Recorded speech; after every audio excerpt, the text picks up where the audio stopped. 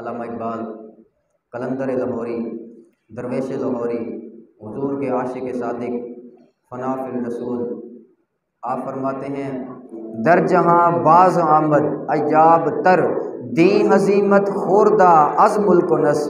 دنیا میں ہماری خوشی کا دور پھر واپس آ گیا ہے۔ سینکڑوں ابو لہب پھونکے مار رہے ہیں۔ پہلے تو ایک ابو لہب تھا جو حضور صلی اللہ علیہ وسلم کے دین کو مٹانا چاہتا تھا، اب سینکڑوں ابو لہب ہیں جو حضور صلی اللہ علیہ وسلم کے دین کا چراغ بجھانا چاہتے ہیں۔ اقبال کہتے ہیں اب ایسے نہیں ہوگا، اب تیرا بھی دور آنے کو ہے فقر غیور، کھا گئی روح فرنگی کو ہوائے سیم و زر۔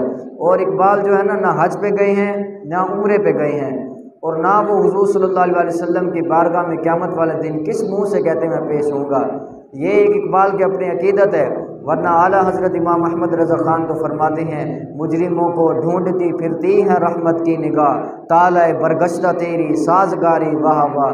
اس دن حضور صلی اللہ علیہ وسلم کی نگاہ تلاش فرمائے گی کہیں میرا گناہ گار امتی پھنسا تو نہیں ہوا۔ یہاں قلندر لاہوری کیا فرماتے ہیں، قیامت والے دن بھی حضور صلی اللہ علیہ وسلم کے سامنے پیش نہیں ہونا چاہتے۔ اقبال کہتے ہیں کہ میں کیسے مدینہ پاک پہنچ سکتا ہوں، ہوا ہو ایسی کہ ہندوستان سے آئے اقبال، ہوا ہو ایسی ہندوستان سے آئے اقبال، اڑا کے مجھ کو غبار راہ حجاز کرے۔ اقبال کہتے ہیں کوئی ایسی ہوا آئے اور وہ میری مٹی کو لے کر مدینہ پاک جا کر پہنچا دے۔ یہ امیر المجاہدین نے اپنے امام شریف کی دو پگڑی ان کے صفائی کی مزار شریف کی، اور جب آپ مواجہ شریف کر جا کر وہاں پر جا کر ایسے جھاڑ دی، لے اقبال تیرے مزار کی مٹی میں نے مدینہ پاک کے اندر پہنچا دی۔ اقبال کہتے ہیں تو غنی از ہر دو عالم من فقیر، روز محشر عذر ہے من پذیر، ور حسابم رات و بینی ناگزیر، از نگاہ مصطفیٰ پنہا بغیر۔ یا اللہ تو کریم ہے، اگر اقبال سے تو نے حساب نہ بھی لیا قیامت والے دن تو بڑا فضل والا ہے۔ ور حسابم رات و بینی ناگزیر، از نگاہ مصطفیٰ پنہا بغیر۔ اقبال کہتے ہیں کہ یا اللہ اگر میرا حساب لینا بھی ہے تو حضور صلی اللہ علیہ وسلم کے سامنے نہیں لینا، حضور صلی اللہ علیہ وسلم کی نگاہ کے سامنے نہیں لینا۔ مجرموں کو ڈھونڈتی پھرتی ہے رحمت کی نگاہ، طالع برگشتہ تیری سازگاری واہ واہ۔ عشق رسول صلی اللہ علیہ وسلم کی دولت، اقبال قلندر لاہوری فرماتے ہیں ذرہ عشق نبی از حق طلب، سوز صدیق و علی از حق طلب۔ اقبال کہتے ہیں اگر عشق نبی کی دولت نہیں ہے تو پھر رب سے وہ دولت مانگو، سوز پھر صدیق اکبر والا ہو، سوز عمر فاروق والا ہو، عثمان غنی حیدر کرار والا ہو، سوز صحابہ اور اہل بیت والا ہو، سوز غازی علم الدین والا ہو، سوز غازی نور الدین زنگی والا ہو، سوز سلطان صلاح الدین ایوبی والا ہو، سوز محمد بن قاسم والا ہو، محمود غزنوی اور حضور کے جتنے بھی غلام ہیں، ارا برا کنک کرا کرائی کری منت درا۔ اقبال کہتے ہیں کہ سوز پھر مانگنا ہے تو عشق رسول والا مانگنا ہے، میرا عشق بھی تو، میرا یار بھی تو، خواجہ غلام فرید رحمۃ اللہ تعالیٰ علیہ، میرا دین بھی تو، ایمان بھی تو، میرا ذکر بھی تو، میرا فکر بھی تو، میری روح بھی تو، جند جان بھی تو، میرا سانول مٹھڑا شام سلونا من موہن جانان بھی تو، میرے فرض فریضے حج زکاتاں سوم و صلاۃ اذان بھی تو، میرا دھرم بھی تو، میرا بھرم بھی تو، میری شان بھی تو، میرا سرخی بیڑا پان بھی تو، میرا کعبہ قبلہ مسجد ممبر مصحف قرآن بھی تو، جے یار فرید قبول کریں سرکار بھی تو، سلطان بھی تو۔ بندہ دلیر کب ہوتا ہے؟ کیا ہریسے کھانے سے دلیل ہوتا ہے؟ بڑا وہ جیم کے اوپر جائے اور ڈولے شولے بنا کر کہے کہ مسٹر پاکستان اور یہ فلانا جی، ایسا نہیں ہو سکتا کہ وہ بڑا مضبوط جسم کر لے اور پھر ہی دلیر ہوتا ہے۔ اقبال پھر بتائیں مجھے کہ بندہ دلیر کب ہوتا ہے؟ اقبال کہتے ہیں دل سے عشق و تمانا می شود، خاک ہم دوش سریا می شود۔ اقبال کہتے ہیں بندہ دلیر اس وقت ہوتا ہے جب عشق رسول سینے میں ہو، اس کے گئے بندہ دلیر نہیں ہوتا۔ نہ سر جھکا کے جیے نہ منہ چھپا کے جیے، ستم کر کی نظروں سے نظریں ملا کے جیے۔ ہم اگر 2 دن کم جیے تو اس میں حیرت کیا، ہم ان کے ساتھ ہیں جو شمع جلا کے جیے۔ داتا صاحب لاہور اذانوں پر پابندی لگوانے کے لیے نہیں آئے یا اذان دلوانے کے لیے؟ اقبال بتائیں آپ، پاس بان عزت ام الکتاب، از نگاہش خانہ باطل خراب۔ قرآن اٹھا کر تو پوری دنیا کے اندر حضور صلی اللہ علیہ وسلم کا دین پھیلانے آئے، اور حضور صلی اللہ علیہ وسلم کی وہ اس کے رسول لے کر گئے، اور بایزید بستامی کی وہ نگاہ لے کر آئے، نگاہ ولی میں وہ تاثیر دیکھی، بدلتی ہزاروں کی تقدیر دیکھی۔ اقبال قلندر لاہوری فرماتے ہیں حضور صلی اللہ علیہ وسلم کے دین کی خدمت اتنی کی، داتا صاحب نے اتنی خدمت کی دین کی، حضرت عمر فاروق کا دور یاد کرا دیا۔